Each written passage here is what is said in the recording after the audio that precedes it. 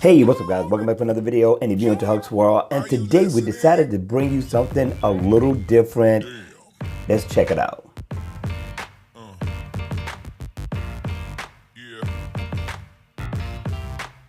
Hey, what's up guys? Welcome back to another video, and today we got an awesome watch face to check out.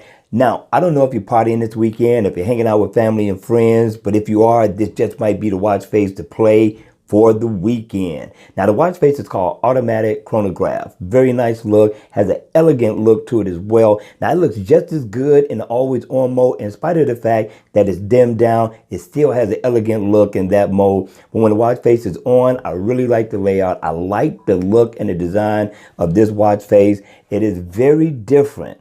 Now, I like the digital time at the top. It's not too big, it's not too small, it is perfect. Although it's covered by the long hand, it looks really good. And you get info on your steps, your battery info. You come down, you're gonna get the days of the week, and you're gonna get your heart rate info. Now, if I tap right here, I could go in and get my stats on my calories, my steps, get info on my battery percentage that I have left, and I could get info on my step status. So I thought definitely this was a good look.